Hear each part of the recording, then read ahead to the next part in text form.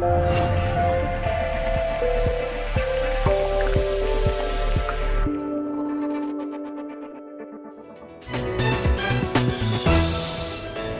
a seguir hablando de política, conociendo candidatos y propuestas. En este caso le damos la bienvenida al diputado Rubén Giustiniani. Gracias por estar en Sunchales, Rubén. No, gracias Germán por la invitación. Siempre un gusto venir a esta hermosa ciudad. Ha venido muchas veces. Sí, en otras épocas. Me encanta Sunchales y siempre me reciben muy bien, con mucha calidez. Así que yo diría que de la provincia de Santa Fe es una de las ciudades más amigables en muchos aspectos. La verdad que siempre me he sentido muy bien acá y bueno, y el trato de los periodistas también. Así que Germán, gracias por esta invitación. Bueno, y ha venido a respaldar a una figura nueva para la política local. Recién creo que han inaugurado el local partidario. Sí. Quique Bravo, así lo conocemos y así se instala, ¿no? Quique, has decidido participar en política. Así es, exactamente. Después, bueno, de haber experimentado quizás imágenes y hacer un seguimiento de todo lo que se aprende de los maestros, ¿no es cierto?, como Rubén Giustiniani, a quien le agradezco la visita hoy y que nos apoya en todo sentido. Bueno, estamos también iniciando ese camino, siempre pensando en el vecino, ¿no es cierto?, que tiene necesidades. Rubén, ¿qué es este cuarto espacio que usted propone? Una opción independiente a las tres fuerzas tradicionales de la provincia, de los partidos políticos de la provincia.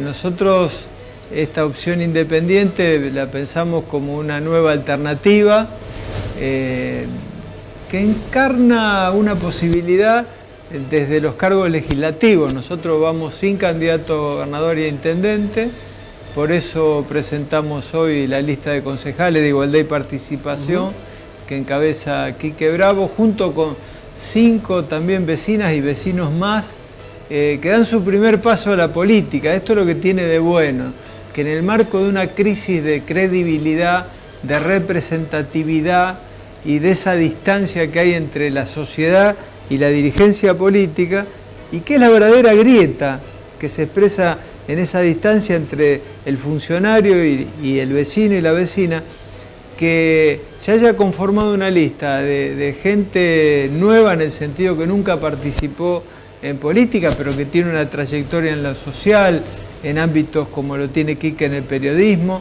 Es un aporte no a igualdad y participación, sino un aporte a esa crisis de la política, a superar esa brecha entre el vecino y el dirigente político.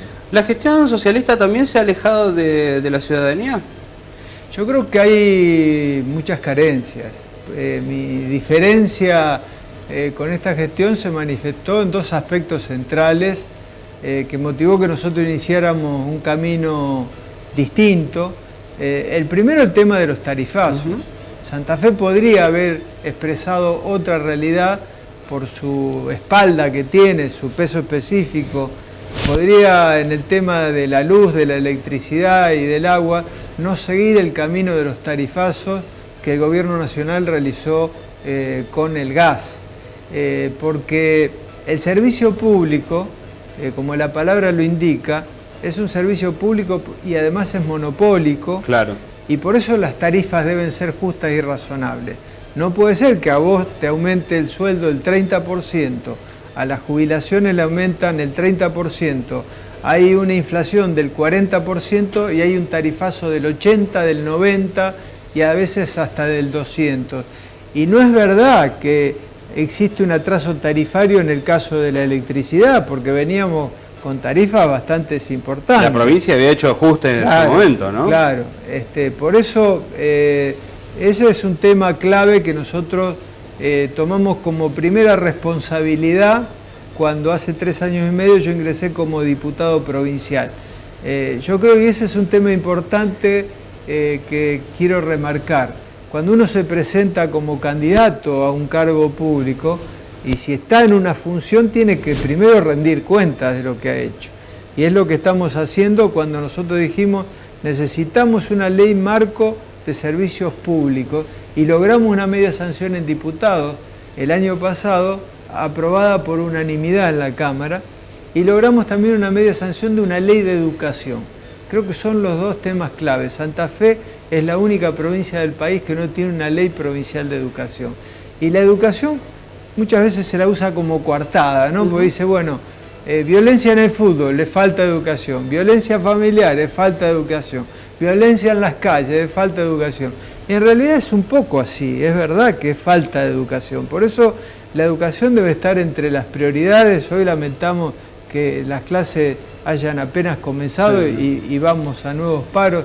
Creo que debería ser una política de Estado, más allá de la bandería política determinada de cada uno, y establecer un horizonte de mediano y largo plazo que solamente se puede establecer en el marco de una ley. Por eso estas son las dos prioridades que nosotros marcamos: educación y tarifa justa y razonable, que determinaron que iniciáramos este camino como una opción independiente de igualdad y participación. El tema de seguridad obviamente que atraviesa la agenda de la provincia, ¿no? Desde la oposición cargan duramente contra la gestión del socialismo por incapacidad o por de alguna manera no actuar con el suficiente rigor ante los casos de inseguridad, ¿no? Sí, yo creo que hay una cuestión desde mi punto de vista principal, que es que las fuerzas de seguridad tienen que ser parte de la solución y no parte del problema. Cuando vemos, y esto pasa mucho en todos los casos resonantes que hemos tenido, vinculados también al problema del narcotráfico en la ciudad de Rosario, en la ciudad de Santa Fe, donde en cada uno de estos casos donde la justicia los aborda, vemos que hay sectores de las fuerzas policiales involucrados en eso.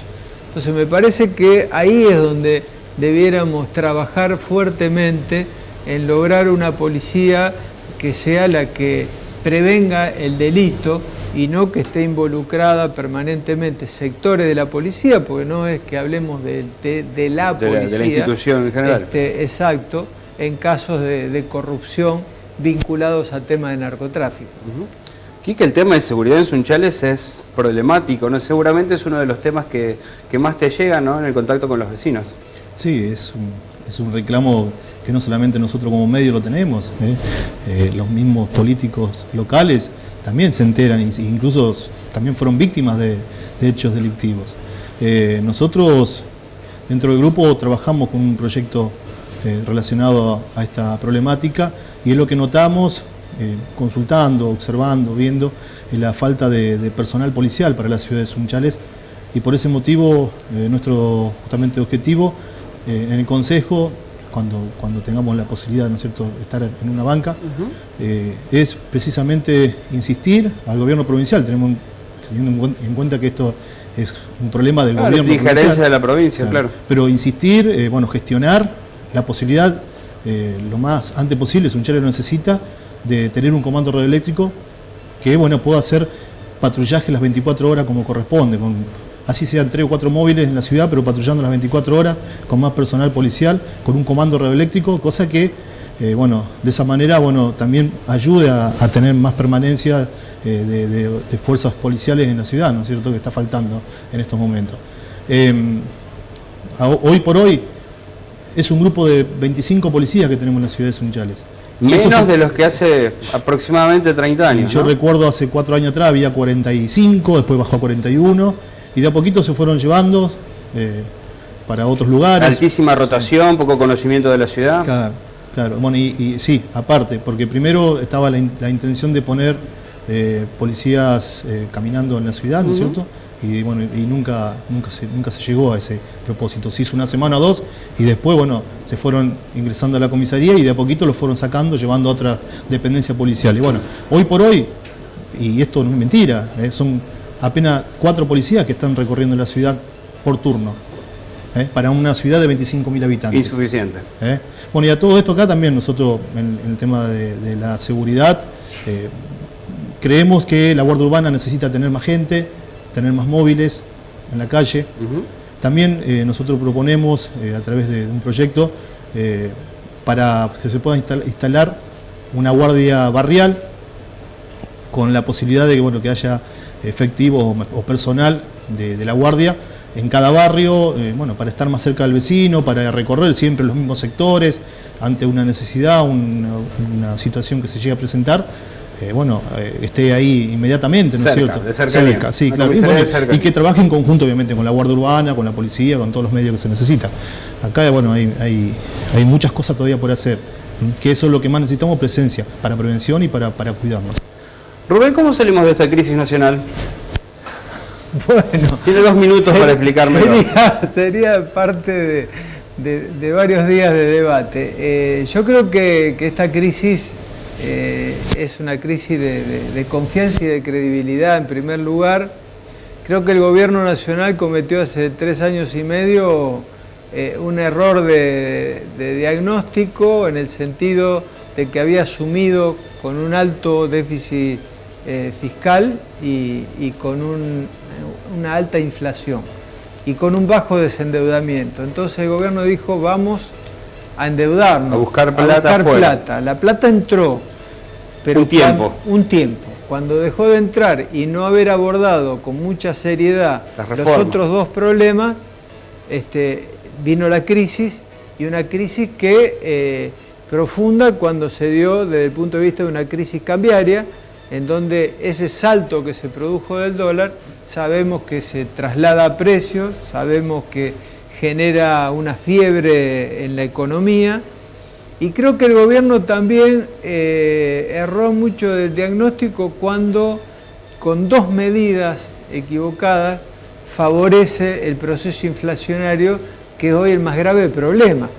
Todos los economistas más ortodoxos, más heterodoxos, más cercanos, más lejanos al gobierno coinciden que el problema central es la inflación. Entonces, paremos los tarifazos. Paremos los tarifazos. Es algo que inmediatamente se traslada a precios. Inmediatamente. Y genera más inflación. Genera más inflación, levanta los costos de los comerciantes, de los industriales, de la producción. Y el segundo elemento, para mí desde el punto de vista económico disparatado, la desregulación de las naftas. Porque también esa desregulación de las naftas, el aumento desproporcionado de las naftas respecto al precio internacional del petróleo y respecto a la inflación, tira todo el proceso económico, toda la inflación, todos los costos para arriba. Lo saben ustedes acá de Sunchales, lo que es el transporte. Claro. O sea, cuando se está lejos del puerto, cuando todo cómo aumenta el precio de la nafta, todos los costos industriales, los costos de las materias agropecuarias, todo. Entonces, yo creo que la salida ahora ante esta crisis, donde estamos con la frazada corta. ¿Cuál es la frazada corta? El gobierno, para mantener quieto el dólar, levanta a 60 puntos la tasa de interés de las LELIQ. Y esto representa... paralizar la actividad económica. Absolutamente. Entonces, la inversión y el entonces, vos paralizás la actividad económica, profundizás la recesión, enfriás la economía y encima con un proceso inflacionario que se mantiene alto, es una combinación explosiva. Yo creo que a esta altura del problema económico, que se ha transformado en un problema social, porque los salarios y la jubilación han quedado en el 2008, perdieron prácticamente 15 puntos con respecto a la inflación. Entonces, creo que hoy el problema básicamente es un problema político, donde hay que hacer una convocatoria económica, política y social a todos los actores para poder establecer de consenso una salida de esta crisis. Yo creo que no hay ni una persona, sea el presidente de la Nación o sea un gran ministro de Economía, ni un solo partido político que hoy pueda salir de esta crisis tal cual está planteada.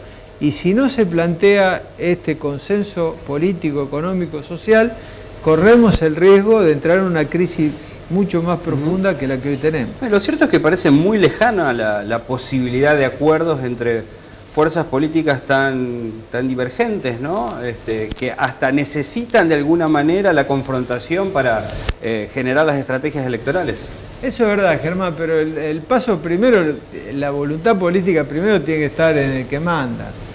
El gobierno nacional debiera de alguna manera salir de muchos aspectos que hemos visto en todo este tiempo de soberbia y llamar a una mesa de concertación.